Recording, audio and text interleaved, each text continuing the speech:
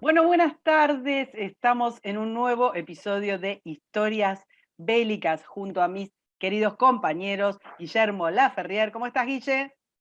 Hola, ¿qué tal? Y Jorge Vigo. ¿Cómo anda, Jorge? Muy bien, ¿cómo andan todos? Bueno, estamos con una batalla mínimo, voy a decir polémica, para empezar a charlar. Las batallas que tienen que ver con nuestro país suelen despertar más pasiones que las lejanas. Pero bueno, como pusimos como pusimos en el título, es quizás la batalla que cambió todo, ¿no? Un vuelco importante en la historia de Argentina. Vamos a alargar, Guille, ¿le vas a dar un poco de contexto? Ok, bueno, vamos a hablar de la batalla de Caseros, un 3 de febrero de 1852, una batalla que se da entre el bando federal, que estaba en teoría, que en teoría, digamos, era el mayoritario en la Argentina, se ha dividido evidentemente, y empieza una lucha por derrotar al régimen que llevaba décadas mantenido por Rosas en la Argentina, en la Confederación, valga el término, y que venía demorando con diferentes excusas algo básico como era organizar el país bajo un sistema legal e institucional, que es lo que le podía dar una constitución. Lo que hace importante, y me parece que marca esto que decía Karina en introducción, es que a partir de Caseros, nos guste o no, les guste a muchos, Argentina, la República, se da una constitución. Y esa constitución es la que vertebra la posibilidad del desarrollo explosivo que tuvo Argentina hasta 1930, pongámosle por una Yo fecha. te, yo te iba a decir 16, mirá. Bueno, Sí, yo 16, está también. bien, pero ponele 1930, porque a mí me parece que el 30 influye en muchas otras cosas también. Pero sí, creo que ese es el gran cambio. Después de Caseros, Argentina se da una constitución y que es lo que le dio un éxito terrible a un lugar que era un páramo desconocido para el mundo en general. La Constitución del 53 vertebra la explosión de crecimiento y desarrollo argentino de fin del siglo XIX. Esta es la realidad. Después, bueno, Bueno, el siglo XX es más controvertido, no, tal pero, cual. Pero pero sin esa constitución, esa Argentina que venía dedicada a los no, obviamente. saladeros y todo ese tipo de cosas, iba a seguir siendo un A mí no me, lugar a mí no me gusta pastoril. la nostalgia política porque me parece inconducente, me parece Pero tal cual. contrafáctica, Mm. pero no dejo de recordar con tristeza cómo nos arruinaron la Constitución del 53. Pero en fin, Sí, sí. bueno, pasemos a los hechos, muchachos. Jorge, vos decime por dónde sigo. Acá estamos viendo a Rosa. Y vayamos a la placa siguiente, Dale. que hablando de páramos, Ah, miremos lo que era, es un Claro. páramo. lo que era en ese momento. Era un poquito de lo que fue después. Eh, pero ese poquito estaba, un poco como decía Guillermo, estaba congelado en el tiempo. Es decir, podemos hablar del 25 de mayo, 1810, los intentos, la asamblea del año 3 y demás, pero todo eso no terminó de cerrar lo importante que era construir una estructura organizacional política que permitiera que estos pedacitos sueltos que estamos viendo en el mapa pudieran constituir una nación y pudieran desarrollar. Las intenciones de los que tuvieron todos desde 1810 o desde las invasiones inglesas hasta acá, hasta el 52, habrán sido variadas. Habrá habido egoístas y habrá habido gente de muy buena voluntad y con objetivos, digamos, nacionales, aunque parecería fuera de lugar en el momento. Pero los que venían ganando, por decir así, eran los que tiraban para atrás, los que no querían mover la situación. Y eso es lo que va a deteriorar todo el sistema. ¿Qué sucede? En ese juego de políticas e intereses personales y grupales, y esa retracción constante o ese congelamiento que tenía el país en ese momento, lo que se va a ir produciendo es una maduración de esos grupos que van a ir tratando de entender lo que sucede y lo que se puede hacer con el país. Digámoslo de alguna manera, es como el grupo que mira hacia el futuro, es decir, ¿qué hago con lo que tengo para llegar a ese futuro? Y el grupo que piensa que el futuro va a ser siempre lo que soy. Claro. Y eso es lo que empieza a deteriorar la situación. Por eso las anarquías, los caudillos, las rupturas de gobierno y demás. Es esa lucha de construir hacia adelante o quedarnos siempre con lo que hay. Me parece que esa es la manera de verlo. Y hay que ver el país como un flujo, no como una cosa congelada de que si fulano le hizo, le dejó de hacer a otros. Gran defecto de la historia argentina, que siempre cuentan los chismes y las peleas entre los próceres y no lo que hicieron o dejaron de hacer y lo que dejaron con eso que hicieron. Entonces me parece que hay que verlo así como un flujo. Y que cada uno en ese flujo, en tantos años, en más de 50 años, o en 50 años, fueron dejando cosas que fueron construyendo. Y una de ellas es Caseros. ¿Por qué? Porque Caseros viene a ser el corolario de la muerte de esa Argentina congelada que soñaba con sus siestas de la tarde en el pasado y que no iba a ninguna parte. Y que, por supuesto, en esa situación había algunos que lo hacían de buena voluntad y otros con intereses. Pero me parece que la visión de esto tiene que ser la visión de un país que fluye, no un país congelado ni un país de anécdotas vacías y pequeñas. Ahí vos sabés que viendo este mapa y sumándome a lo que estás diciendo, ¿no? Ahí meto, cuando dijiste a algunos que les convenía el tema de la aduana de Buenos Aires, pero ese es otro tema, ¿no? Lo que yo veo acá, ¿no es cierto? Uno le hace acordar a las colonias iniciales de Estados Unidos cuando se independiza, ¿no? Y cómo esos espacios gigantescos que tenía Estados Unidos, sobre todo hacia el oeste y al sur del país, que se expanden eso. Y la Argentina, la confederación de esa, voy a hablar de la Argentina, ¿no? La Argentina de esos días estaba comprimida por gigantescos espacios al norte y noreste, y al sur. Ahí se ve perfectamente, ahí se ve perfectamente. Pero exactamente, estaba comprimida. Le mandamos un besito a Roca desde acá.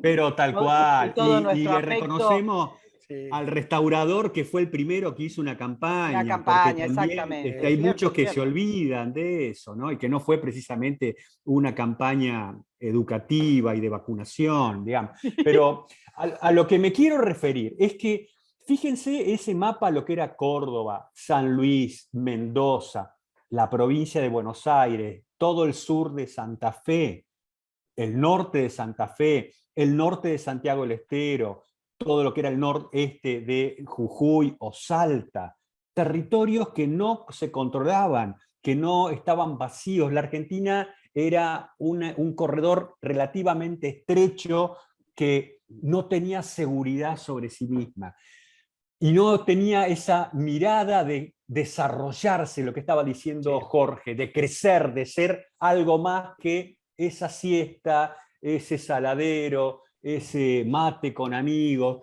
que es muy lindo, muy, muy interesante, pero no produce desarrollo y no genera ambición de futuro. Pero en fin.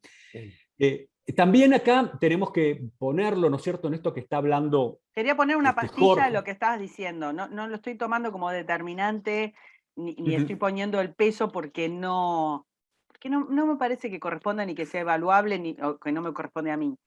Pero también la evolución económica, en lo que estabas diciendo de las luchas intestinas americanas, en lo que podemos ver de las luchas intestinas de siglos pasados en Europa y esta lucha intestina, hay una puja económica que es clave, Y esa puja económica después se traduce en filosofía, o no sé qué viene primero el huevo o la gallina, no me quiero meter en eso, pero digo, después viene la filosofía o se mezcla con la filosofía y con la política, pero lo que tenés acá es un modelo económico que a un grupo le resultaba bien, le funcionaba, y que trababa el resto. Bueno, Tal cual. después se arma y que gane el que gane, y que gane el mejor, pero digo, si Tal hubiera cual. ganado Rosas, hubiera sido una estructura económica y ya, digo, y ya, también los intereses de los que hablaba, me parece, hablo por vos, Jorge, pero corregime, Sí. es un grupo que tenía una estructura económica que le servía, que le Tal funcionaba, cual. económica y de poder, que le Cerradita. funcionaba, y otro que decía, bueno, yo quiero mi parte, quiero hacer la mía. Agárrense, peleen Che, eso me hace y acordar a gana algún momento del uno. presente en algún lugar, ¿no? Sí, También, parecido. ¿no? Pero acá déjenme sumarle un detalle de la geografía, porque creo que eso, y les doy la palabra ahí también. La geografía juega acá también, en este sentido. Si el río Paraná, y casi me levanto para mencionarlo, ¿no es cierto? Sí, Si el todos de río, pie. claro, si el río Paraná fuera un río que nace en el norte de Corrientes, vaya a saber por qué, y muere en la ciudad por los alrededores de Buenos Por Aires. el deshielo de la Claro, por montaña, un de deshielo la montaña extraño ahí, no sé, correntina, o que le un crece. afluente. Claro. Claro, si fuera un río interno, que es un río interno, exclusivamente de la Argentina, viste, no, no hay problema, ¿no? No hay problema. El problema es que este río sigue hacia el Brasil, ¿está? Sigue hacia el Brasil y sirve de vía de comunicación para un Brasil profundo que en esos años estimadísimos del siglo XIX no tenía otra forma de llegar y de sacar sus cosas que fuera por navegar por ese río. No había una Wells Fargo que transportara por tren y por vagones las cargas hacia los puertos en el Atlántico del Imperio del Brasil. Tenían que salir por el río Paraná.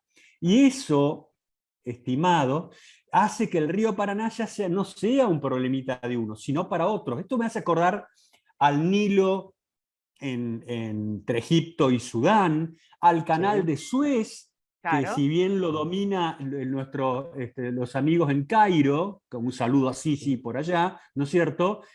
No es para, el amigo Sisi no lo puede cerrar porque se le ocurra a él, porque Sí. trae algún tipo de inconveniente para muchos, aún alejados de esa zona. Eso me parece que nosotros no lo medimos, ¿eh? No lo medimos. Sí, sí, es como si el Paraná No, bueno, cuando empiece los despelotes con la hidrovía vamos a recordar. que Sí, recordarlo sí. en seguridad. Pero Claro, no sé si comparten eso, Jorge, vos qué opinión sí, sí, tenés. porque, y ahí está un poco lo que decís vos y lo que decía Karina recién.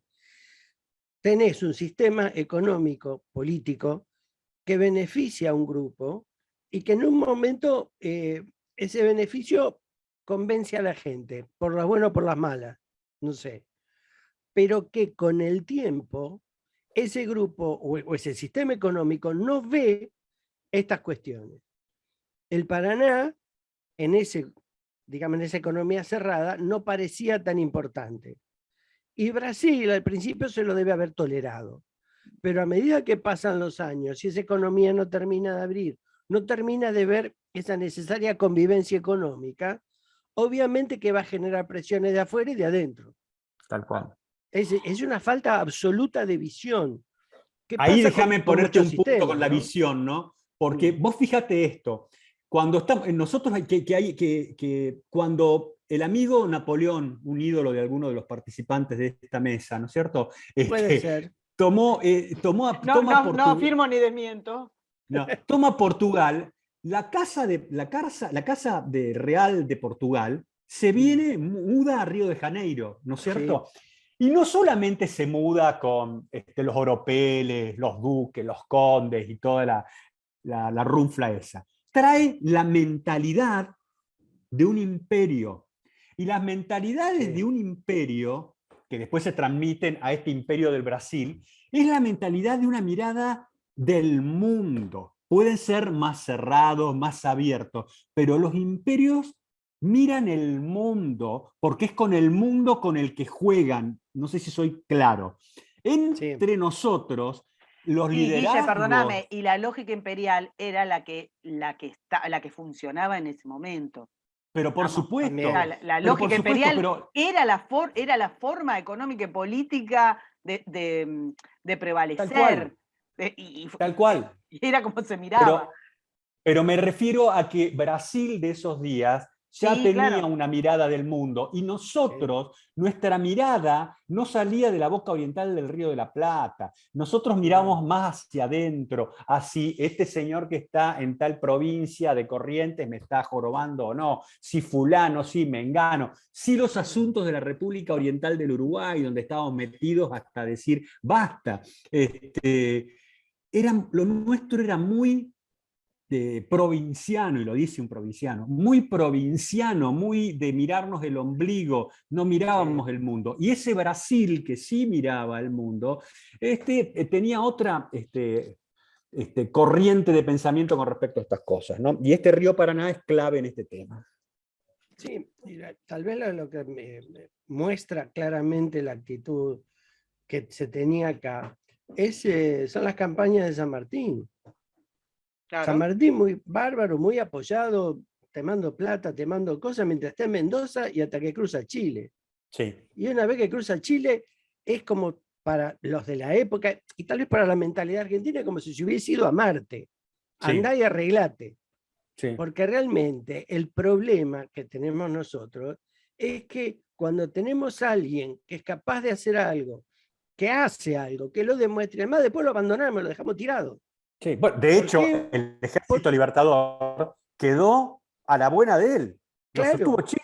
Claro, y eso es lo que vos decís, esa visión provinciana de que somos solamente los que nos vemos todos los días en el barrio, y el que se fue del barrio 5 cuadras ya no existe más.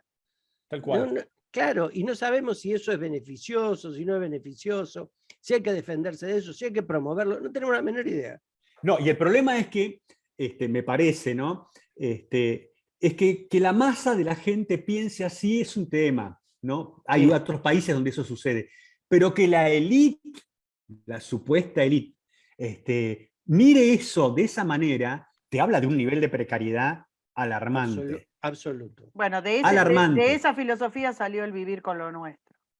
Exactamente. Claro, porque ese vivir con lo nuestro termina creyendo que nosotros, fabricando unos hermosos baldes de plástico, se lo podemos vender a nuestros vecinos, y ese balde se vende en Rosario, en Paraná, qué sé yo, ¿viste? Bueno, y señores, el mundo reclama otras cosas. Basta de contexto, empecemos a los palos, por favor, les pido.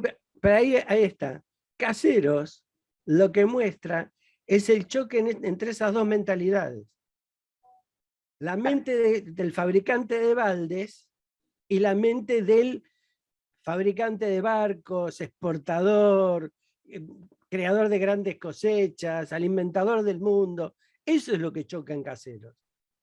Las dos mentalidades que pelean en este país desde hace tantos años. Exacto. Eso es. Nunca terminamos Caseros. No, también. Bueno, ¿cómo seguimos? Bueno, yo creo que podríamos ir un poco a ver la otra, donde están Urquiza y Rosas, ¿no? Hablar un poco de eso. Acá están. Acá están los dos personajes. El personaje clave en este momento es Rosas, durante décadas, ¿no es cierto? Que fue el que está gobernando la Argentina. De hecho, por más que te dicen que era un primus inter pares y que las otras provincias le concedían el derecho o la prerrogativa, perdón, de manejar las relaciones exteriores, se la concedían porque era el que tenía el poder, realmente lo ejercía, y lo ejercía de una forma, no voy a decir de una forma dura, porque en esos días todos eran duros. Sí. Todos apelaban a la violencia para resolver sus cuitas, absolutamente todos. Lo que quiero expresar es que Rosas controlaba con una manera férrea todo el poder político de las provincias y no avanzó de ninguna manera en organizar el país de una manera legal que le diera perspectivas, que le diera una división de poderes, que le diera lo que le da una constitución liberal, voy a decir ese término prohibido en estas playas. Lo tuviste que decir. Tuve que decir una Escúchame, constitución Guille. liberal que No, diera esa no. libertad. Por supuesto, a ver, estamos de acuerdo, es el contexto que venimos marcando, diciendo que toda la cosa, yo creo, última cosa política y vayamos a cómo estaban organizados. El tema de la crueldad o la mano dura o esto que mencionabas de Rosas, no es distinto al resto del mundo. Era como funcionaba. Era como funcionaba, el tipo defendía su sistema porque le venía dando resultados a él Tal y cual. tenía las lealtades compradas o no compradas que le servían a él, y los que estaban fuera pujaban por ingresar y derrocarlo porque les convenía a ellos, y le cortaban el cogote, lo mismo que él, al que se le ponía enfrente. Era como se hacía. Juzgar a la gente del pasado con ojo de presente es algo Tal cual. que en general no corresponde, pero además da muy pocos resultados. Acá tenemos a los dos. ¿Con qué contaba cada uno? ¿Qué tipo de ejército, qué tipo de armamento, qué tipo de lealtades, cómo estaba organizado lo que tenían estos dos muchachos? Ahí podríamos decir, ¿no es cierto?, también que Urquiza fue mano derecha de Rosas durante años, Sí. y que fue realmente el hombre que utilizaba para contener aquellos que se le levantaban a Rosas, especialmente en el litoral y en la banda oriental. Urquiza había generado una fuerza militar en Entre Ríos sobre la base de la caballería, algo extraño, ¿no? Porque la masa de las fuerzas turquisas logra siempre levantar, son fuerzas de caballería, móviles, livianas, muy disciplinadas, y con una capacidad infernal para movilizarse rápidamente. Es decir, él tenía distintos destacamentos en la provincia de Entre Ríos y por un sistema de postas muy eficiente podía reunirlos en términos relativos muy rápidamente para poder cruzar hacia el norte el Guayquiraró o el Mocoretá y dirigirse a Corrientes, o cruzar el río Uruguay más de una vez y operar en la banda oriental en combates sostenidos sin problemas y mantener permanentemente la comunicación con digamos, su nudo de poder que era Entre Ríos. Esa facilidad no la tenía Rosas en cuanto a un sistema bien afiatado militar, me parece a mí. No sé, Jorge, cómo lo ves. Sí, no, incluso acá lo que van a pesar algunas cosas. Urquiza, al ser un gobernador de una provincia separada, por decirlo de alguna manera, tiene más libertad de acción y además tiene mayor conocimiento militar, mayor profesionalidad del ejercicio militar, cosa que Rosas no tiene. Entonces, tampoco se puede ocupar mucho del tema. En las primeras partes de sus primeros gobiernos, va a depender de muchos de los veteranos de la Guerra del Brasil. Claro. Cierto que algunos van a pasarse al bando unitario, pero va a depender de esa profesionalidad. Pero esa profesionalidad se va desgajando después. Como siempre, por intereses personales, porque se mueren, por miles de cosas. Y también, y esto va a pasarle ahora alrededor de Caseros, él en algún momento hasta reconoce, porque acá también hay algo de desgaste personal, él termina reconociendo que él no es un militar, sino que es un burócrata. Claro. Entonces, ya desde ahí empieza a desarmarse todo. Las fuerzas militares federales o dependientes de Rosas son buenas o malas dependiendo de los jefes que tengan. Y el problema es que no hay tantos jefes, no tanto por buenos o malos, no hay tantos jefes que se coordinen. Hay celos entre ellos, y que es lo que pasa en todo sistema político, que con el tiempo se somete a control a todos sus funcionarios, hace que los funcionarios, en vez de cumplir su función, digamos, se celen entre ellos para ver quién es más simpático con el gobernador de Buenos Aires en este caso. Y eso desmerece la calidad profesional. Eso yo creo que es lo que más disminuye la fuerza militar de Buenos Aires. Y lo otro, ya sobre la campaña, es que el reclutamiento se hizo casi al voleo. Es decir, no hubo mucha Eso te iba a instrucción. decir, son ejércitos profesionales, cuestan, ¿cómo logran financiarlos? ¿Es leva así a lo macho? Eh, A ver, Entre Ríos mira, estaba medio organizado sobre la base de cada ciudadano es un lancero, una cuestión así, ¿no? Pero era, o sea, la gente del campo tenía la capacidad para poder ser rápidamente movilizada, pero tenía Entre Ríos también un núcleo de soldados que podía ser manejado y sostenido en pie permanentemente por la propia provincia, que tenía recursos para poder hacerlo. No recordemos que también Entre Ríos, el gobernador era Urquiza, y él manejaba las claro. cuentas para que esto fuera sostenido. El ejército en ese sentido era más estable, mucho más sostenido, y tenía lo que hoy podríamos decir una capacidad de movilización que no contaba las fuerzas de Rosas, me parece, para poder conformar. Y eso que tuvo tiempo Rosas para atender este tema de otra manera. Sí, lo que pasa es que Rosas también, a medida que va cerrando su poder político, empieza a no tener enemigos, Claro. o él considera que no los tiene. Entonces ya la fuerza militar que pueda mantener o no le representa mucho, no le interesa mucho. Entonces esa fuerza militar se va a debilitar. Hay bajos niveles de instrucción, digamos, tiene más actividad la mazorca que la Fuerza Armada, Claro. o el ejército en ese momento. Eso me hace Entonces, acordar a algún déspota europeo. a unos cuantos. No, Juan. Pero vuelve un poco a lo mismo. Es lo que sucede en los regímenes donde el poder político controla o quiere controlar todo. Exacto. Lo que Ahí provoca sí. es una inactividad general y una pelea entre los que dependen de ese poder. Sí, Y ahí, ahí lo que, fíjate vos que reafirmando eso de la soledad, cuando Urquiza en realidad se levanta, ¿no es cierto?, en 1851 con la proclama del 1 de mayo, ¿no? En la cual, ¿qué es la proclama? Cada tanto, ¿no es cierto?, cuando se le iba venciendo este mandato de tener el poder para manejar las relaciones exteriores de la Confederación, las distintas provincias, las legislaturas decían sí, que siga el restaurador ad eternum y qué sé yo, por otro periodo más.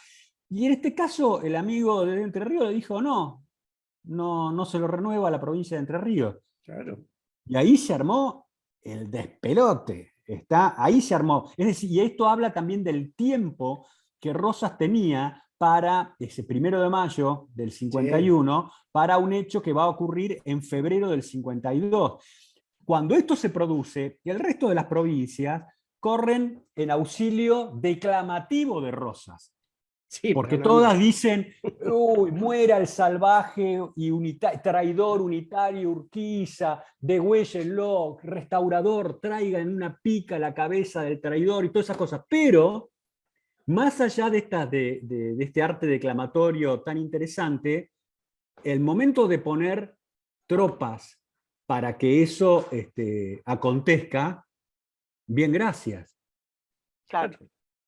Bueno, Jorge, entonces todos estaban midiendo esto, ¿no? Bueno. Lo dejaron solo. Lo dejaron solo. Sí. Lo que pasa es pasar la placa siguiente. Claro, esto es la campaña comunicacional. Claro, porque esto es lo interesante también. Cuando Rosas llega a su primer gobierno, la primera imagen que lo muestra matando una especie de hidra y dice el exterminador de la anarquía. Bueno, tal vez en ese momento medio sanjorgiano. Sí, o Belerofonte parece. Claro. Digamos, en ese momento tal vez estaba bien. Había un gran desorden y él ordenó la situación. No cambió el sistema, como hablábamos antes, pero lo ordenó. Ahora, a partir de ahí, y a lo largo de sus casi 3 gobiernos, porque realmente el inicio del tercero, creo que es el que arma el despelote, pasa a la a la imagen siguiente, los que le están viendo, donde aparecen Perdón, las claro, cintas rojas perdón, que con no el describí. nombre de... Claro, y báncame. Tenemos 3 imágenes de propaganda, digamos, que estamos viendo. La que describía en principio Jorge, después la famosa, digamos, colorada, Viva la Federación, y una La especie divisa punzó. exactamente, a eso iba, y una imagen de imprenta de la época, también con veneraciones a Rosas. Pasamos a la siguiente, acá está lo que estaba comentando Dame un Guille. segundo en la anterior. Sí, cómo Dame un no. segundo en la anterior. Pasamos del que viene a poner orden y eliminar la anarquía al que empieza a eliminar enemigos, mueran los salvajes unitarios. Y a cerrar el poder de tal manera que, como dijiste, en la última página, la última imagen de imprenta, ya se habla no solo del ilustre restaurador, sino que hay una declaración que dice: viva la Federación, a los amantes de la persona del ilustre restaurador. Una monstruosidad. Bueno, ¿A qué me hace acordar esto? ¿A qué me hace acordar esto? Igual los No amantes. sé. No Tengo un sé, problema. sí, bueno, hay algunos, no sé. ¿No había alguno que decía mamá ama a Doña Encarnación? No, ¿no? Ay, Dios. No sé. Ni tampoco ¿no? hubo un día que era San Rosas, ¿eh? Claro, Ah, bueno. No se llegó a hacer eso. Bueno. no le Pero, dieron claro, tiempo. pero esta evolución, mostrada así en 3 imágenes y 3 puntos, es lo que muestra el cierre del sistema político, su autodesgaste y lo que para los que terminaban de entender la situación provocaba el rechazo. Es decir, Urquiza, que como dijo bien Guillermo, estuvo con Rosas mucho tiempo, ve esta guía y Sí, la termina deriva, dándose cuenta, exacto. que esto no sirve para nada, que seguimos congelados en el tiempo, eliminamos la anarquía, pero nada más. Y que alguno también te puede decir, bueno, esto también convenía una Argentina, sigo con este término, ¿no? Que se abriera al mundo, convenía a los intereses de un gobernador como el de Entre Ríos que quería sacar por su cuenta las cosas y comerciar con el mundo. Y sí, Cierto. y sí. Lo bien que hacía. Claro, pero hay una cosa, le convenía Urquiza, bárbaro, ¿y al país? Claro. Porque la pregunta o la respuesta importante es esa. ¿Le convenía Urquiza solo o le convenía a Urquiza y al país o al país y a Urquiza? Porque el sistema de Rosas le convenía a Rosas y punto. Claro, y al grupo Y al grupo que lo dominante. acompañaba, obviamente. Tal cual, tal cual. Esa es la lectura. Tal A cual. mi modo de ver, ¿no? ¿Avanzo? Sí, a mí. Sí, Sí, vamos a la dale. proclama. Acá estamos. Aquí, ¿quién toma la posta? Vos, Guille, que estás. Ahí, sí, creo, la proclama, a mí me parece que la proclama del 1 de mayo, ¿no es cierto? Ya abre las puertas de lo que se viene. Es decir, acá, cuando se dice la proclama del 1 de mayo que se hace ahí en Concepción del Uruguay, en Entre Ríos, que es el centro del poder de Urquiza, ya en ese momento no podemos decir que este tipo se levanta contra el restaurador y a ver qué onda, qué pasa, ¿no? Y si lo venzo. No, acá ya estaba implícita la idea de institucionalizar el país. Y lo que venía diciendo Jorge y comentando con vos, con Karina. Es decir, este sistema no iba más y necesitamos un sistema que respete una institucionalidad que la Argentina no tiene. Está un sistema de poder diferente. Consulta técnica. Para cuando Urquiza lanza la proclama, tiene que saber la que se le viene, digamos, un tipo brillante.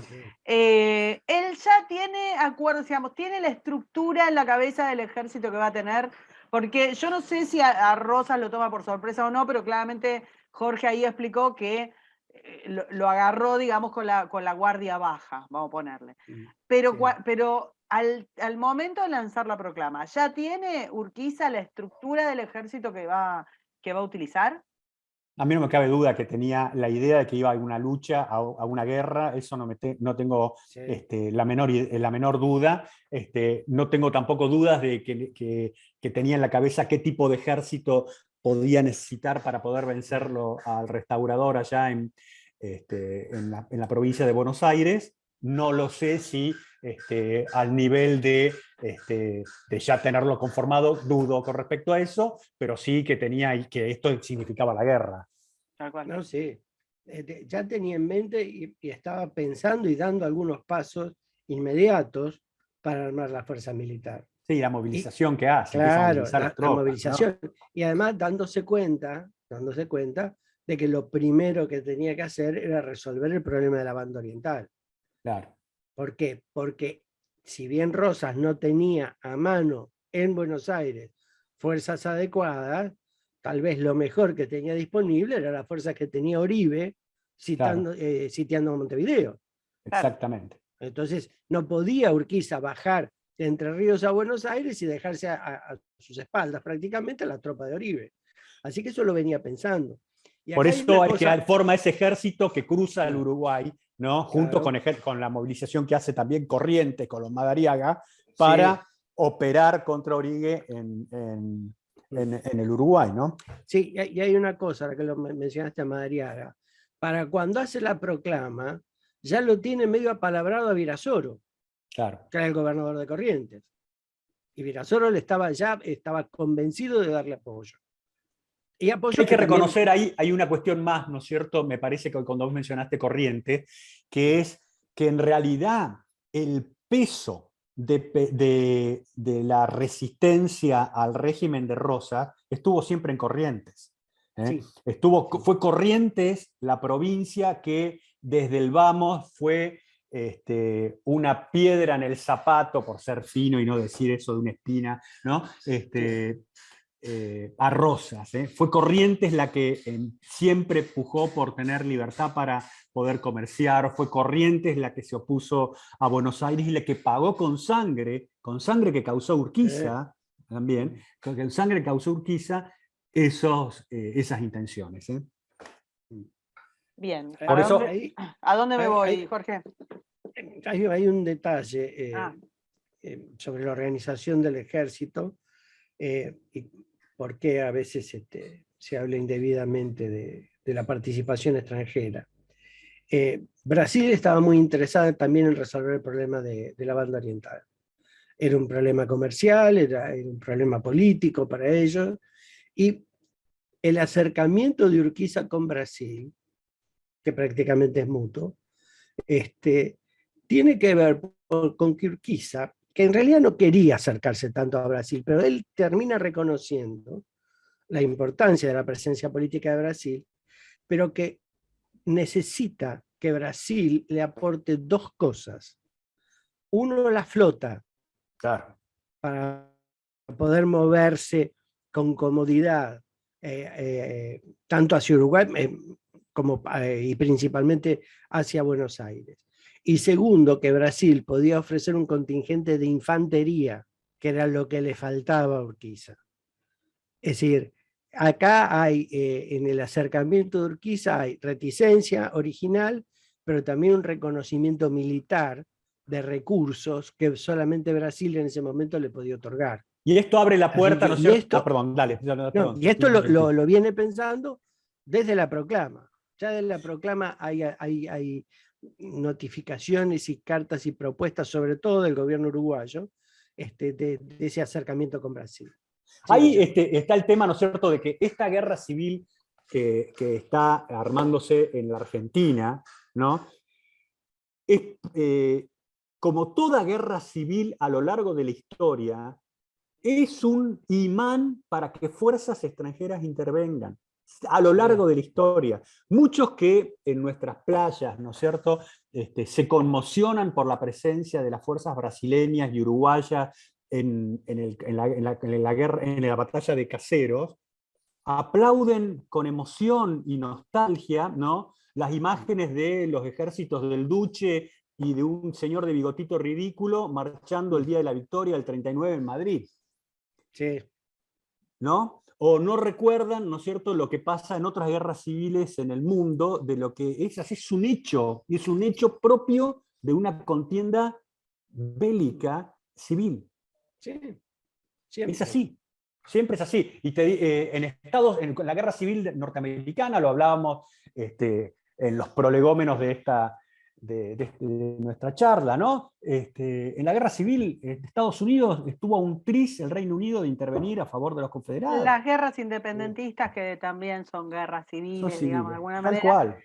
siempre reciben apoyo logístico, monetario y demás de otras fuerzas extranjeras. Es la lógica. Claro. Parte de eso. Sí. Estás en guerra, es obvio, Sí. es obvio. No, pero además, fíjense que esto que estamos diciendo ahora, y que como lo apuntó bien Guillermo, algunos dicen, realmente es también la lucha entre los que para explicar todo se mira el ombligo y los que tratamos de ver el mundo para explicar todo. Claro. Porque realmente es eso. Es eso. No, porque vinieron los brasileños, sí, y si no eran los brasileños iba a venir otro, porque era una guerra civil, porque era una guerra, porque son negocios, porque es política. Esa es la realidad del mundo. Exacto. Es decir, si no es la historia siempre de que los argentinos sufrimos porque lo que nos hacen otros, pero nosotros no movemos un dedo. No. Siempre la culpa es del otro. No, es tremendo. Podemos hablar algo de este ejército grande, si les parece, ¿no? ¿A dónde me pasó? Y Pajá, a ver, perdón, diría, vos, Jorge. Antes de eso, un paso siguiente, la próxima imagen. Upa. La gran respuesta del gobierno de Rosas a la proclama de Urquiza. Ah, claro. Muere el loco salvaje Urquiza.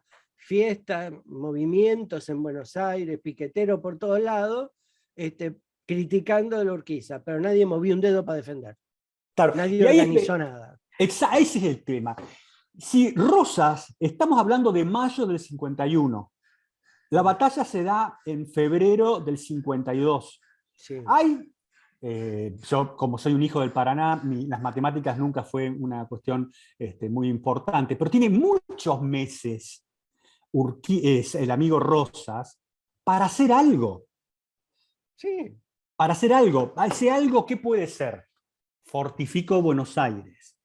Inicio una campaña sobre determinados lugares del litoral de la provincia de Buenos Aires para establecer cierto retardo. Busco, no sé, generar atracción de fuerzas de otros lugares. Eso te iba a decir. Tampoco negoció a cambio de apoyo. O sea, la idea de Rosas era no mover un pelo de su statu quo. Claro. Eso también le impidió un manejo diplomático. Me parece que eso también le jugó en contra. Pero bueno, ¿a dónde pasó? ¿A dónde pasó? Con lo diplomático, es decir, el único dedo diplomático que movió ya cuando estaba avanzada la campaña en Uruguay era pedirle a Inglaterra que intercediera y separara a Brasil del conflicto. Exacto. Cosa la respuesta no de Palmerston. Está por ahí, la carta, creo que la tenía Marcelo. Claro, la respuesta de Palmerston fue un problema de ustedes. La comunicación. ¿Por qué? Porque quería ver qué pasaba. Y porque no estaba resuelta la cosa. Exactamente. Pero lo único que hizo ese famoso compró un paquete de pochoclos, Palmerston. Sí, claro. Sí. Claro. Y lo mismo trató de hacer con los americanos, y los americanos tampoco, ni siquiera le contestaron.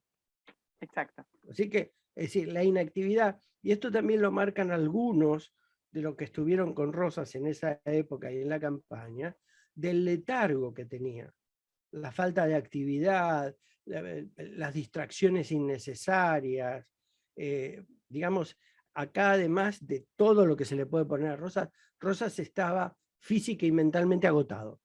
Sí. Ya no, estaba como fuera de la realidad. Hay después una anécdota en la batalla muy notoria de eso. Pero estaba fuera de la realidad. Paso a... la que está en la descripción del ejército grande antes de cruzar, bueno, están los niños que van a estar dando vueltas acá, ¿no? Después, si volvemos, decime, Jorge. Sí, es ¿pero dónde está? El cruce es la 11. Sí. El cruce del Paraná. Exacto, ahí exactamente. Fíjate vos acá que hay una descripción, ¿no?, de la cantidad de hombres que significa. Hay un cuadro en la Casa de Gobierno de Entre Ríos, un cuadro maravilloso que las imágenes que se consiguen, que yo le pasé una a Jorge, es muy mala porque está tomada de una foto y le quita, le da demasiada luminosidad y se quita el detalle.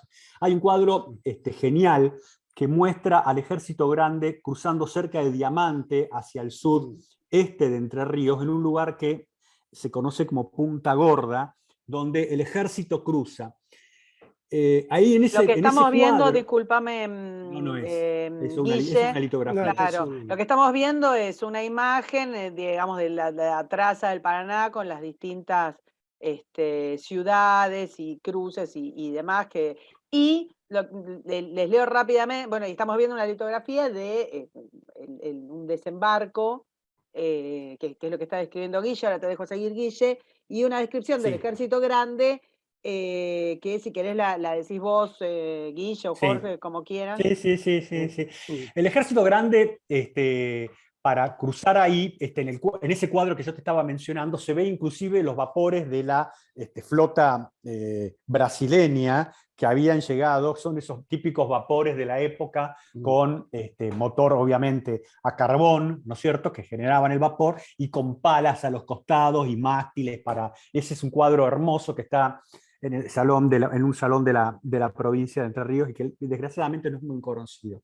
Este Ejército Grande, para esa operación de franqueo, respeta un concepto que aún hoy es puesto en práctica cada vez que un ejército tiene que franquear un río importante como es el río Paraná. Es que se designa a un jefe para ejecutar, para que coordine, planifique y coordine el franqueo. Un jefe de ese cruce. ¿Por qué? Porque es una operación militar en sí mismo, el cruce de un río, de un gran río. No estoy diciendo cómo cruzamos el río Reconquista, que está por acá cerca de donde yo vivo, y que, bueno, uno cruza, eso no es un obstáculo. El río Paraná es un obstáculo que exige un planeamiento.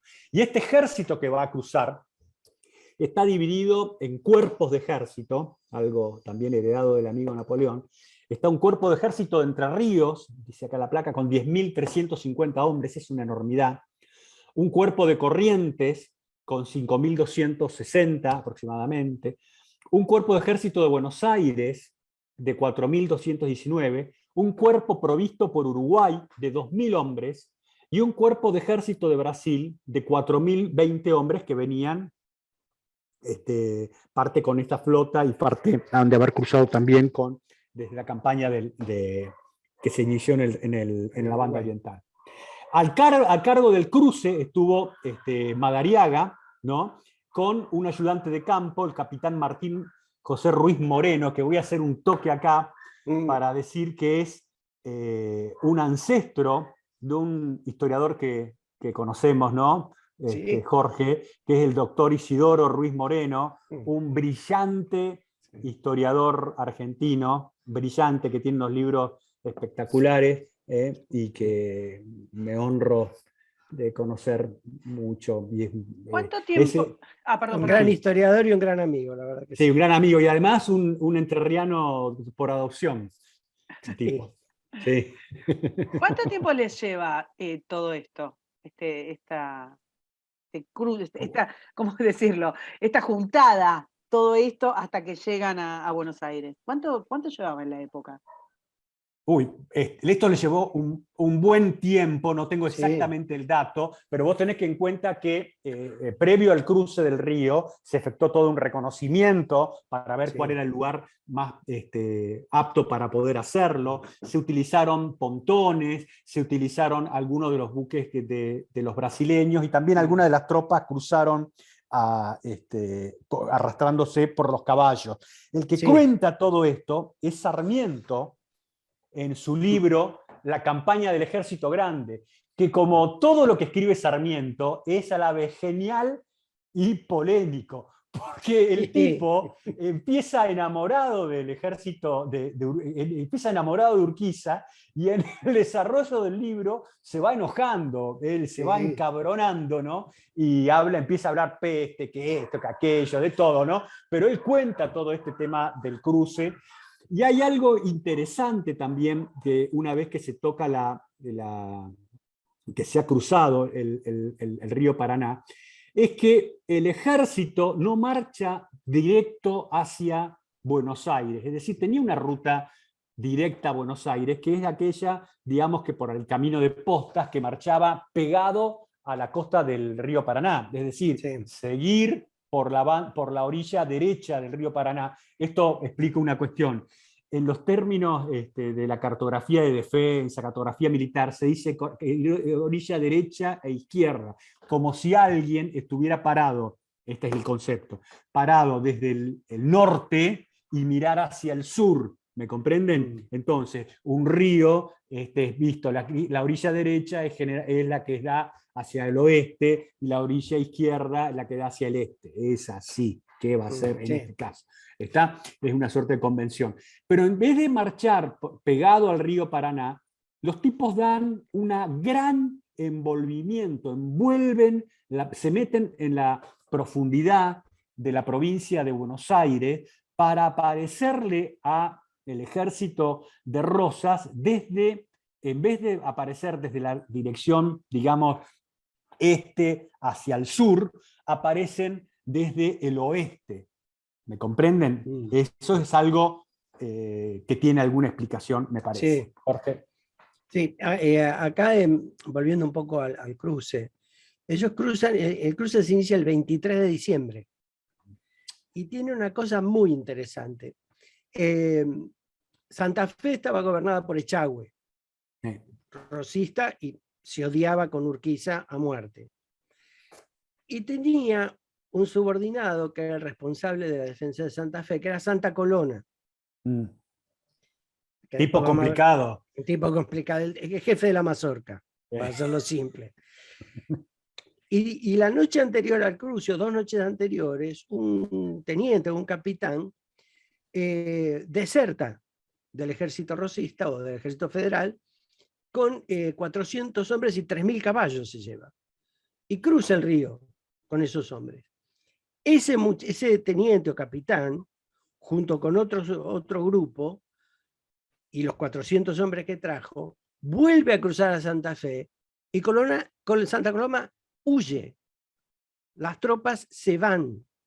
Y lo mismo va a hacer Echagüe. Que eso es una de las cosas interesantes que tiene esto. Porque hablamos solamente de Urquiza, Rosas y las decisiones superiores. Pero la gente se pliega fácilmente a Urquiza. Sí. Cuando vos describiste el ejército, el cuerpo que dice de Buenos Aires era el cuerpo que tenía Oribe en Uruguay. Claro.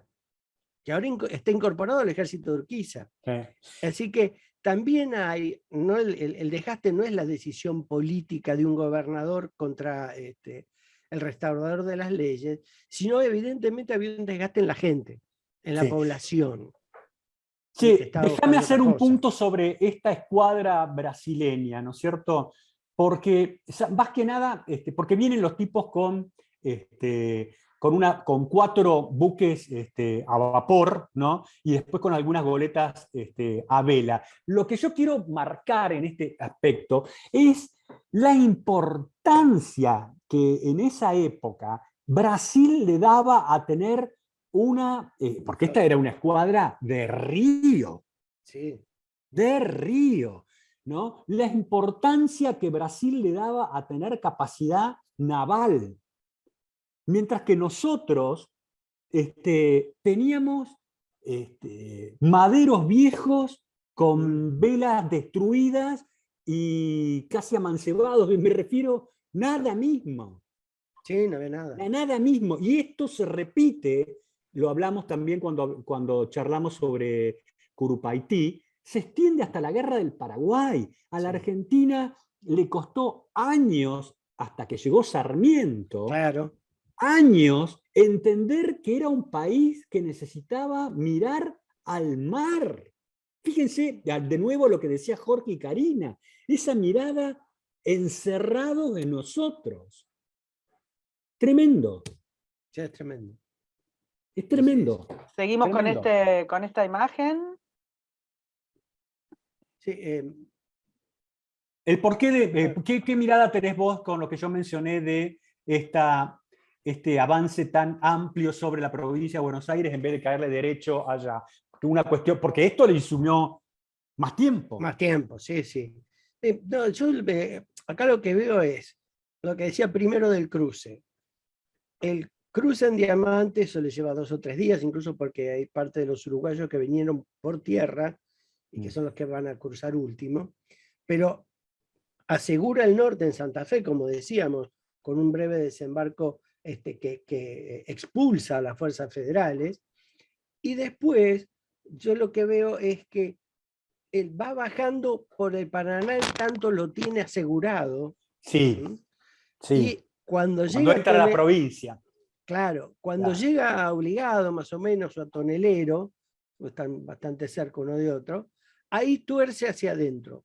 Yo creo que ahí lo que hace es buscar mejores espacios para su ejército, Ujú. un ejército de 25.000 tipos, 28.000 tipos, necesita más pasturas, necesita otras cosas, Sí. pero aprovecha además ese movimiento. Yo creo que habría que juntar algunas cosas. Estas cuestiones logísticas del propio ejército, una visión de la campaña, del hombre de campaña, con qué población se está encontrando, algo sabría, pero obviamente como buen comandante quiere ver lo que hay ahí, y además disponer de una línea de operaciones que coloque a su ejército en la mejor posición para atacar a Rosas. Y O tomando, sea, como una vos posición no dijiste, esperada, digamos. claro, y tomando, como vos dijiste, un camino de expectativa diferente al que Claro. siempre se usó para acercarse a Buenos Aires.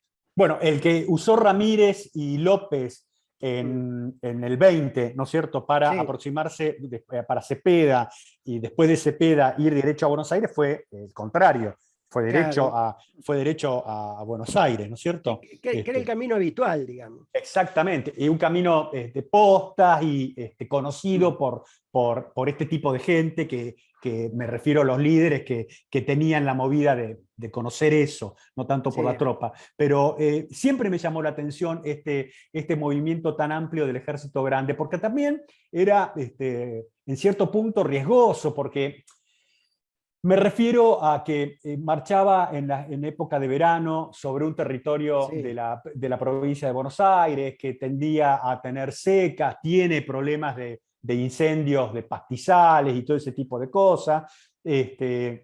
Era una maniobra en cierto sentido arriesgada, aunque es cierto, como vos decís, que lo posiciona en una forma de aparecerle de un lugar inesperado, porque en realidad la batalla claro. se da en Caseros, Mm, en un lugar donde no era esperable combatir contra un enemigo que te viniera desde el norte, claro, claro. ¿no? Sí, y además, para seguir volviendo a ver bien el mapa,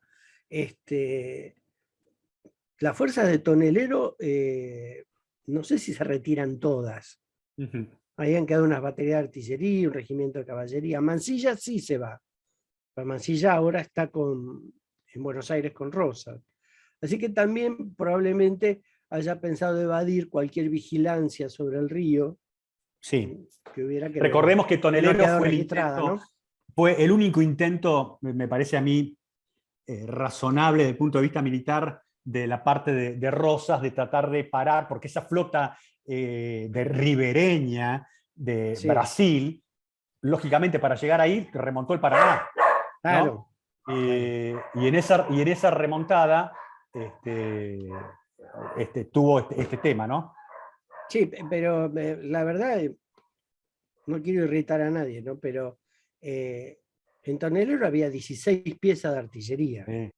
Bueno, explicado esto, ¿cómo seguimos, muchachos? Porque todavía no nos hemos enfrentado, bueno, salvo ahí, Sí. Sí. la pequeña huida, pero no nos hemos enfrentado. Bueno, como decíamos, esta vuelta que hace el ejército grande lo coloca en posición de obligar al ejército de Buenos Aires a tener que movilizarse para enfrentarlo. Y el lugar donde se van a encontrar va a ser sobre el arroyo Morón, en el lugar que es llamado Caseros, Claro. o ahora es llamado Caseros. Se aproximan y aquí empiezan a aparecer algunas cosas del lado rosista. Hay una historia, es decir, primero al principio los dos ejércitos están separados por el Morón. Es una cañada, pero que, como es una cañada honda, tiene un par de puentes para cruzar. Lo primero que llama la atención es que el ejército rosista no quema los puentes. Claro. Es decir, le da total facilidad al ejército grande para atravesar el arroyo. Y los puentes son importantes para cruzar la artillería principalmente. Así que lo primero que llama la atención es eso. Y si mal no recuerdo, uno de los que le dice a Rosas que hay que quemar los puentes es Chilavert. Y Rosas ni siquiera le contesta. Ni siquiera le contesta. Yo creo que hay una falta de cierto profesionalismo en el tema, ¿no? Porque estaban muy acostumbrados a campañas de otro tipo y no a enfrentarse a un ejército armado como ¿no? Sí, también. Me parece que no, eran luchas donde raramente aparecían contingentes de artillería importantes, todo ese tipo de cosas, así que no lo veo. Y también muy digno de un gobierno tiránico despreciar al enemigo. Claro. Suponer que era un ejército de entrerriano, de provinciano, que no iba a nada. Claro, claro. ¿A dónde pasó, muchachos? Bueno, la siguiente tiene esta es la disposición. La posición relativa, ¿no? Exactamente. Después está el palomar y después el diagrama de la batalla. Hay una cosa. Sí, perdón. Chile a la batalla, creo que es el 14, la película 14. Sí. Acá estamos. Ahí está. Acá mientras Urquiza, en función, es decir, lo primero, los que están viendo el mapa, la cañada de Morón está en la parte de abajo, digamos, del mapa. El ejército grande estaba del otro lado de esa cañada, pero al establecer la batalla la cruza perfectamente, como decíamos, facilitada por los puentes, y Urquiza empieza a diseñar la operación conforme lo que ve del otro lado, cómo está plantado el ejército de Rosas. El ejército de Rosas no me gusta mucho a mí como lo ha dispuesto. Plantea su línea de batalla en un extremo en la casa de Caseros, y en la casa de Caseros, que está desde la posición de Rosas a su derecha, hace lo que se llama un martillo defensivo. Claro. Es decir, la línea viene paralela, digamos, al ejército enemigo, pero en el extremo derecho dobla, o sea, como si fuera una L, eso se llama martillo, para proteger la posición de la casa y eventualmente el flanco. Es una maniobra extraña, porque generalmente los martillos se hacen durante la batalla y frente a una emergencia. Y no previo. Y no previo, y tratándose de una casa, que es casi que es una posición fuerte, no se resulta medio innecesaria. Da la impresión de que, porque incluso después hay una línea de carretas que la protege, da la impresión que hay mucha dedicación en defender esa zona, supongo porque pensaban que era el punto más débil. La verdad que no hay datos. Uno de los problemas que tenemos los historiadores argentinos es que las historias de las batallas están muy fragmentadas, son muy pobres. Así que no tenemos mucha explicación.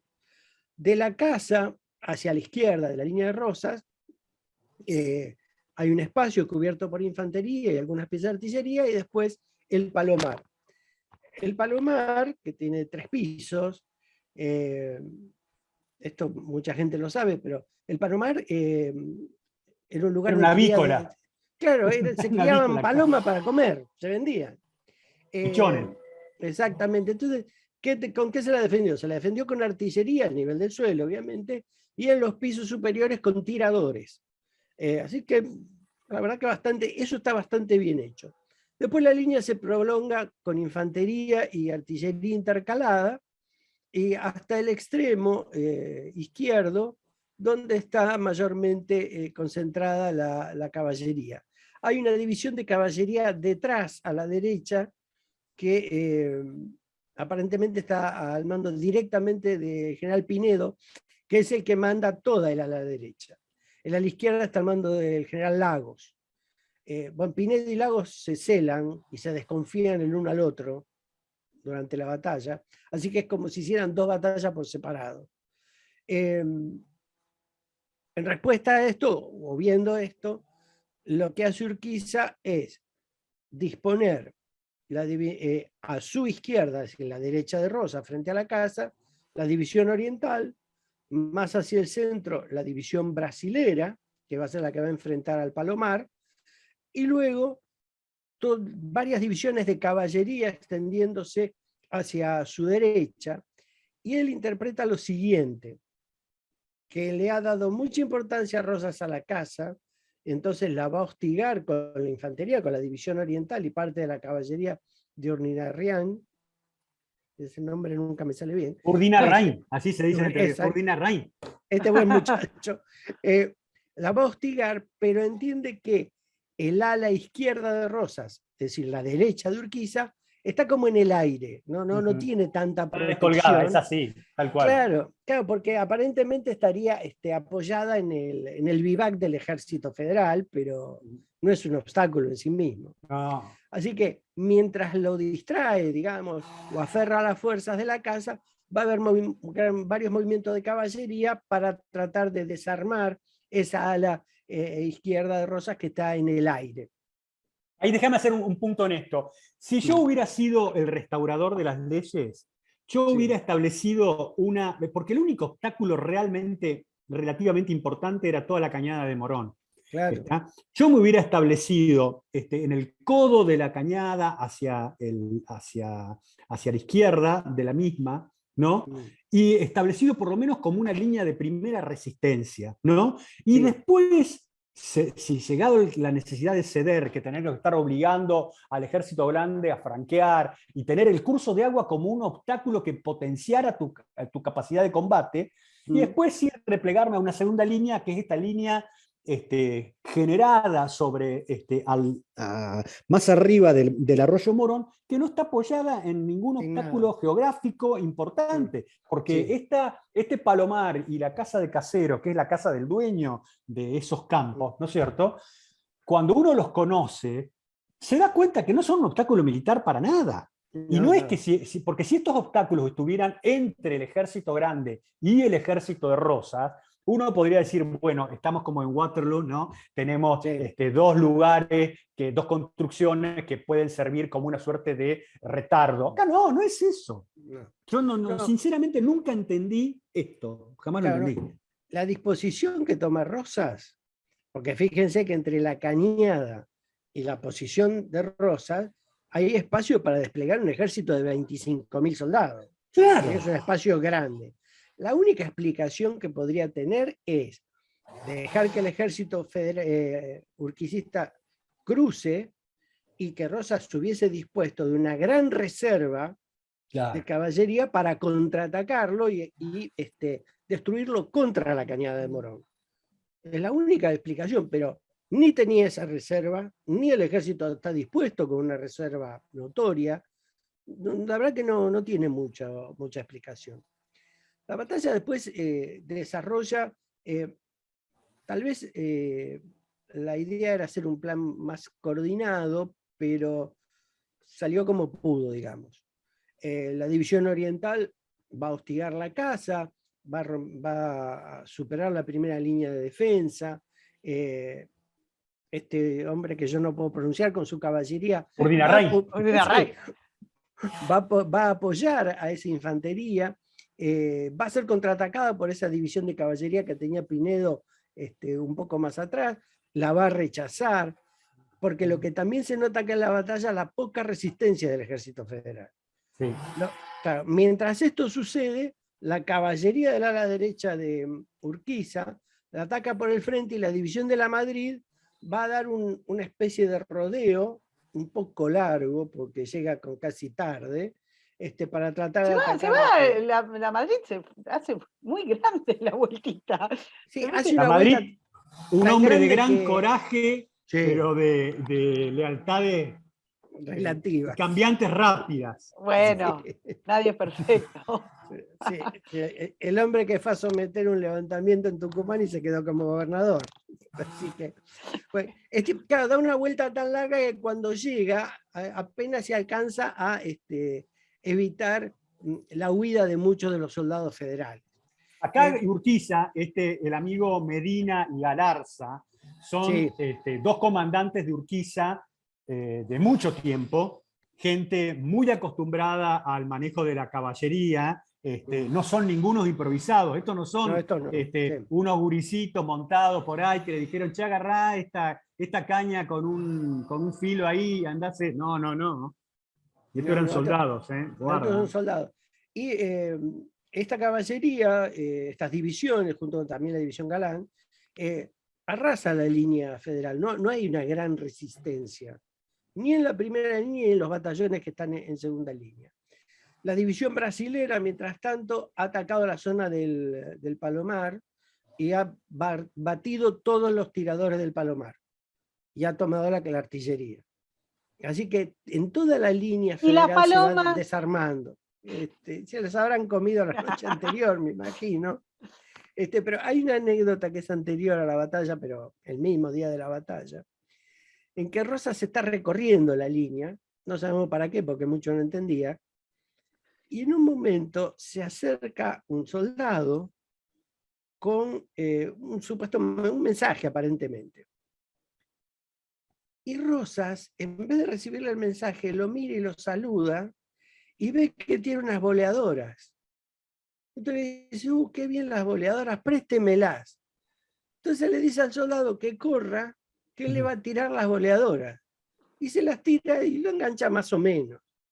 Y le comenta a los que están con él, yo de joven esto lo hacía mejor. Y se va. Es decir, no está en la batalla. Está en otro planeta, está en otro momento de su vida, está ido Rosas, totalmente. Claro. Se da por derrotado, entiende que todo era imposible, habrá creído que podía ganar de todas maneras, la verdad que no se entiende mucho, pero estas cosas que pasan en las batallas, más allá de los eventos puntuales, también pesan mucho, que es la posición psicológica del comandante. Está en cualquier lado Rosas, aunque de hecho tampoco comandaba mucho, ¿no? Pero está en cualquier lado. Lo cierto es que, bueno, sí. No, dale. Claro, bueno, la línea federal se va desgajando, se va desarmando con bastante facilidad. Tal vez la defensa de la casa sea lo más duro que hayan encontrado. Y de pronto corre la voz en el ejército de que Rosas se fue. Y fue realmente lo que sucedió. En medio de la batalla, Rosas abandona el campo y se escapa. Nos van a estaquear a todos. Lo lamento mucho. Nos van a estaquear con lonja de cuero de vaca, sí, humedecido. Pero es realmente lo que sucedió. Y además... vos no te vas a salvar por ser mujer, a vos te van a fusilar como a Camila. Yo estoy acostumbrada. Claro, lo raro, lo llamativo, es que se va como 2 horas antes de que termine la batalla. Sí, ya había empezado un poco y la batalla dura de la línea. Claro, así que a las 3, 4 horas se va. Bueno, tendría algo que hacer. Sí, estaría ocupado con otros temas. Claro. Tanto que la Madrid, que llega tarde, le dice a Urquiza que lamenta no haber cumplido la misión de atraparlo a Rosas. El tema es que cuando la Madrid llega, Rosas ya se había ido hace un montón. Por la vuelta que da la Madrid, Rosa podría haber ido, vuelto y tejido una mañanita. Podría haber hecho cualquier cosa. Pero, y acá, bueno, entonces ahora se empieza a abrir la historia. Por un lado, la terminación de la batalla. Urquiza trata de ser lo más prolijo y evitar, en la medida de lo posible, lo que sucede siempre en las batallas de nuestras guerras civiles, que es la degollina general. Es decir, las bajas, cuando uno sigue las batallas de nuestras guerras civiles, la mayor cantidad de bajas se produce después de la batalla y no durante la batalla, que son las matanzas por venganza. Urquiza va a tratar un poco de contenerlo esto. Lo que no va a contener son 2 cosas. Uno, que acá está Santa Coloma, el que mencionamos, el huido de Santa Fe y jefe de la Mazorca. Y acá todos los soldados del ejército grande lo buscan para matarlo. Claro, así sacaban números. Todos. Lo destrozan directamente el tipo. Y el otro evento es el evento La de división de Chilaver. aquí. Claro. Claro. El otro evento es, bueno, y la división de Aquino, que la división de Aquino, sí es cierto, no lo habíamos mencionado, es la única división que deserta del ejército grande. Y Aquino lo matan, el comandante no me acuerdo cómo se llamaba, los persiguieron hasta Buenos Aires después de la batalla, ¿no? Y los mataron. Y los mataron. Se cuenta que muchos quedaron colgados de los árboles de Palermo. Pero eso, bueno, es un acto de traición al ejército, que para la época es bastante comprensible, incluso hay eventos modernos parecidos. Y el otro es el evento de Chilaver. Y el evento de Chilaver es el más, no sé si llamarlo complejo, pero es un poco la actitud extraña. Chilaver, es más trágico, a mí me parece, porque los otros están dentro de lo que en la guerra se espera que pase en determinados tiempos. De pasadas épocas. Pero contémoslo bien, porque si no estamos hablando antes de contar el evento. Chilaver era unitario. Sí, era unitario, sí. Contalo.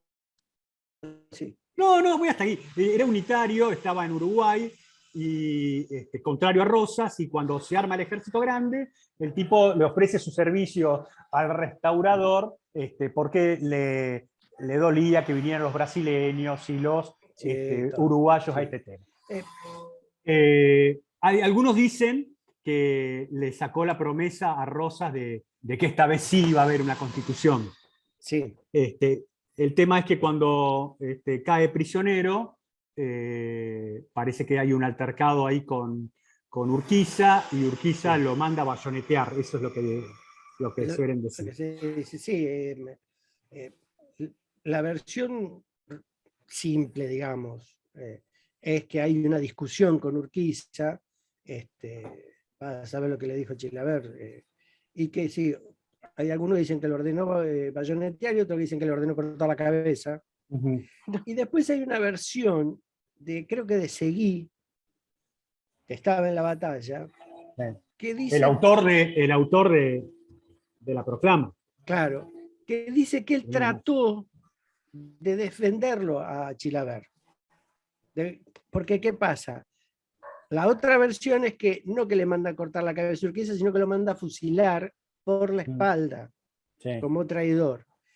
Y que Seguí trató de acompañarlo al principio, y que Chilaver se retobó porque quería ser fusilado de frente. Eso hizo que el pelotón de fusilamiento se enojara más, y Seguí trató de defenderlo porque se le venían todos al humo, y Seguí lo cuenta, dice que en un momento uno de los soldados se le escapó de la vista, y ese es el que lo mata a Chilaver. Son versiones diferentes. Lo cierto es que es una muerte tal vez innecesaria. No, inútil, absolutamente. Inútil, porque incluso hay una cosa muy importante. Cuando la batalla se desbanda, Chilaver, que ya ha disparado todo lo que ha podido, se queda apoyado en un cañón fumando, esperando que lo tomen prisionero. Un tipo de coraje a toda prueba. Un coraje muy particular. Me parece que fue innecesario.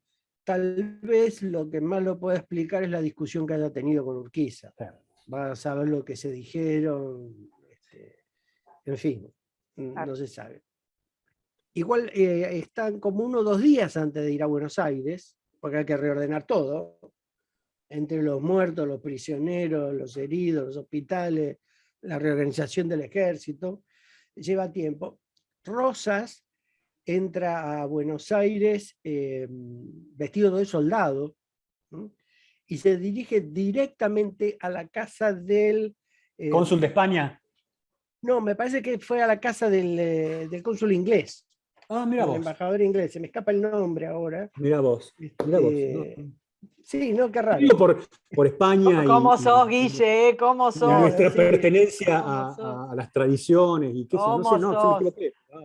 No digo. Esta sacadilla no es un error de Guillermo, muchachos.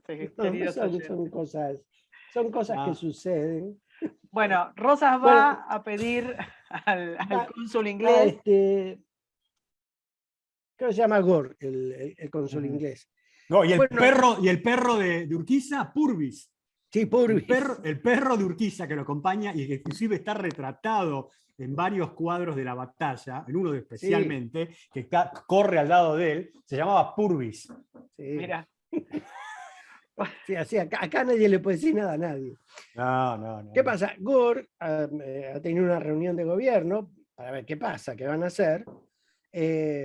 Bueno, vuelve a su casa y la servidumbre le dice que hay un hombre durmiendo en su cama, vestido de soldado. Entonces Gore lo va a ver y se encuentra que es Rosas. Y es Gore el que arma la salida de Rosas de Buenos Aires. Porque entiende que con Rosas ahí iba a ser un escándalo todo. De todas maneras fue un escándalo Buenos Aires. Y entonces, ¿qué hace? Organiza que Rosas vestido de marino, de marinero realmente, y Manuelita parece la vestida noche de de Baré. hombre. Parece la noche de Baré. Sí, sí. Bueno. Manuelita vestida de hombre y el otro hijo de Rosas vestido con ropa del cónsul, logran llevarlo al puerto y embarcarlo, pasan por incluso 2 controles y nadie lo reconoce, lo embarcan en un pequeño buque y después lo pasan a un barco francés y después un barco inglés, que es el que lo va a llevar a Inglaterra. Perdón, vos estás diciendo que un barco Yo francés sabía, y Guille, un que no barco te la ibas inglés. a perder. Sí, Digo, sí, no, porque me llama la atención porque nosotros tenemos hacia la rubia Albión, la pérfida Albión y todo ese tipo de cosas, y a Francia, la cuna del liberalismo y de cuanta cosa, no sé, sí, me sí, extraña muchísimo. Pero bueno, todos los días aprendemos algo, qué sé yo, no sé. No, bueno, yo te podría decir que también Mansilla hizo lo mismo, y Echagüe hizo lo mismo, y algunos otros hicieron lo mismo. Bueno, Y varios salieron rajando por el puerto. Antes de terminar, ¿lo estaban buscando a Rosas para el momento que Sí, se lo estaban encuentran? buscando, Sí, pero seguro. lo que pasa es que cuando entran a Buenos Aires, se produce una matanza, es decir, en realidad, la matanza y el saqueo de Buenos Aires lo provocan los soldados federales que han abandonado Caseros. Los primeros que huyen del campo de batalla en la derrota y llegan a Buenos Aires provocan una serie de saqueos y de tiroteos, que el ejército de Urquiza es el que lo va a aplacar también a los tiros, obviamente. Más vale. Así que... No, pero es importante decir esto, que es el ejército Sí. de Rosas el que empieza el despelote. Claro. Lo que muestra un poco lo que decíamos antes, que tiene que ver con las deserciones. Ya ni la gente creía en Rosas. Pero ojo, cuidado. O en el Pero no es que gobierno haya en habido general. una orden de hacer un saqueo. Es No, que no. la tropa, cuando pierde la disciplina y están con armas, Sí, hacen claramente. cualquier cosa. Eso Sí. es lo que no entienden muchos. Claro. Exacto. Pasa siempre. Es decir, cuando se desbanda un ejército, lo primero que gritan todos es traición y arrasan con todo lo que encuentran en el camino. Pero a mí lo que me parece es que, habiendo llegado a Buenos Aires, que es un buen tranco, el saqueo, no sabiendo dónde está Rosas, también es un saqueo del sistema de gobierno. Es un rechazo al sistema de gobierno también por la gente común, el soldado común. Me da la impresión. Bueno, eso termina. Este es el último episodio de la batalla. El apaciguamiento de Buenos Aires por parte del ejército de Urquiza. Que se da un hecho político muy novedoso en nuestras playas, ¿no? Que es que esos mismos gobernadores que pedían la cabeza de Urquiza, le escribían le pedían la cabeza de Urquiza Rosa, le escribían a Urquiza diciéndole: excelentísimo señor gobernador de la provincia de Entre Ríos y capitán general de la provincia. Usted ha derrotado al tirano, es el hombre. Increíble, nunca se pasó en la Argentina eso, no sé. Fue la semilla. Che, tenemos que cerrar, Increíble. Estamos abusando del tiempo de nuestros queridos oyentes, nos llevó un montón, pero la verdad es que era necesario darle el contexto político de alguna manera y cómo se gestó todo esto antes de llegar a esta última brillante explicación. Yo todavía estoy mirando y tampoco entiendo qué fue lo que quiso hacer Rosas, ¿no? De todas las veces que has Déjame dar un mostrado. punto que lo hablamos, Sí, un punto de un una segundo. cosita, que de todas las veces que Jorge, todas las batallas que Jorge ha mostrado, digamos, el posicionamiento de las divisiones y qué sé yo, nunca vi algo parecido, no sé si hemos visto algo parecido a esto, viéndolo, yo nunca lo había visto y me impresiona mucho. Sí, decime, Guille. No, quería solamente decir que Urquiza comparte, es uno de los 3 tipos que en la historia argentina ha conducido ejércitos multinacionales. San Martín, Urquiza y Mitre. Son los únicos tipos en la historia militar argentina que tienen esa experiencia. No hay más. Está bien. Sí, sí, es cierto. Bueno. Ejércitos importantes también, ¿no? Sí, exactamente, no, exactamente. Sí, tal cual. Aprovecho para decir que ya tenemos canal exclusivo de Spotify y de Evox, así que cuando digamos, esta batalla, como todas las que tenemos, se pueden volver a escuchar y suscríbanse, así tienen visibilidad esos canales y ya les digo, si nos escuchan luego por Evox o por Spotify. Y nos despedimos hasta la semana que viene. Costó, pero salió. Casero. Sí. Hasta luego, muchachos. Sí, ojo que la semana que viene recordemos que nos vamos a las Galias. Ah, cierto. Bárbaro. ¿Qué nos toca? ¿Qué nos toca? Nos toca Alesia, Bien. que tiene el nombre de un producto de Amazon, pero no, es una batalla infernal, donde todo estaba perdido, pero estaba César de un lado, así que nunca... Está bien, bienvenido César a Historias Bélicas. Bueno, los saludo, muchachos. Buenas noches. Buenas noches. Chau, Gracias chau. a todos.